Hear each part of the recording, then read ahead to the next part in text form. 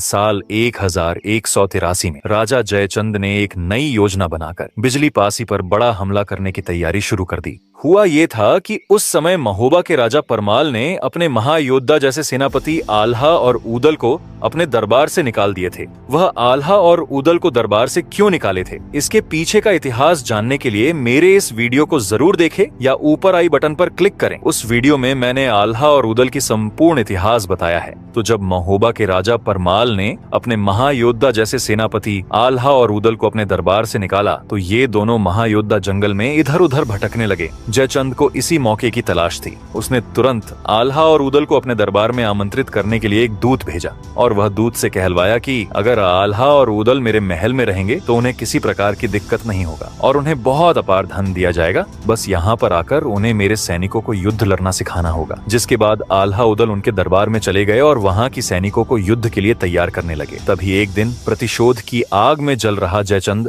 आल्हा ऊदल के सामने एक प्रस्ताव रखा। वे बोले कि अगर तुम बिजली पासी को हरा दोगे तो मैं तुम्हें संपूर्ण पासी राज्य और अपार धन दौलत दे दूंगा। इसके लिए तुम्हारे पास मेरी पूरी सेना होगी। पहले तो आल्हा और ऊदल ने इनकार कर दिया, परंतु बहुत बार कहने पर वो भी मान गए। आल्हा और ऊदल के लिए यह युद्ध एक अवसर के समान था अपनी महोबा में खोई हुई प्रतिष्ठा को पुनः प्राप्त करने का, क्योंकि आल्हा ऊदल का नाम उस समय अपने आप में एक महान योद्धा के रूप में प्रसिद्ध था। उनके शौर्य की गाथाएं दूर दूर तक फैली हुई थीं। उस समय हर कोई जानता था कि जब आल्हा ऊदल तलवार उठाते हैं तो शत्रु दहशत के मारे कांप उठते हैं। जैसा कि मैंने पहले ही बताया कि राजा जयचंद ने कई बार अपने बेटे लाखन को राजा बिजली पासी से लड़ने के लिए भेजे थे, परंतु हर बार हार ही हुई थी। और पिछले 12 साल से राजा जयचंद राजा बिजली पासी को हराना चाहते थे, लेकिन हर बार उन्हें पराजय ही मिलती थी। लेकिन इस बार आल्हा और ऊदल के आने से वो सोच रहे थे कि पहले बिजली पासी के किलों पर कब्जा करके उसके बाद सातन देव पासी पर भी हमला कर देंगे। इसलिए वो आल्हा और ऊदल को राजा बिजली पासी पर हमला करने को बोलते हैं। लेकिन युद्ध से पहले राजा जयचंद ने एक संदेश